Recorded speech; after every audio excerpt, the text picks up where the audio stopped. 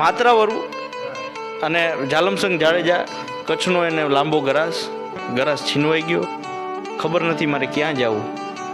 એટલે એ દુકાળ વરતવા થઈને એ ખાસ કરી અને બાબરિયાવાડની ધરતી અને માત્રાવરુને ત્યાં મહેમાન થાય છે. કોઈ ઘરમાં કહીને અંદર ઉતારો આપે છે, આવો આવો બાપલિયા કહીને ખાટલા ઢોલિયા ઢળાય, ગાડલા ગોડલા પથળાય અને કાંઈ ઓળખા નહીં તમે કોણ છો, કાંઈ નહીં. તો ખાલી આંખોમાં જોવે ત્યાં માણાને ઓળખાઈ જાય.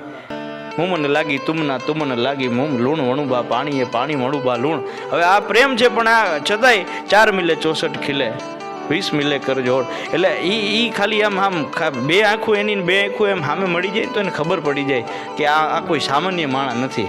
બસ એમ કહીને એને હચવાય છે. અને બાપલિયો રોકાઈ જાવ કરી અને 6 મહિનાનો એ ગાળો થઈ જાય અને ભગવાને સારા દિવસો લઈ આવવાની એ બધી તૈયારીમાં હશે.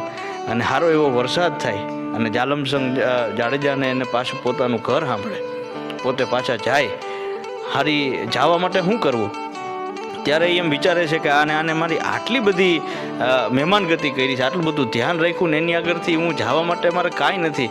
હવે બાબરિયાવાડથી કચ્છ જાઉં તો કેમ જાઉં?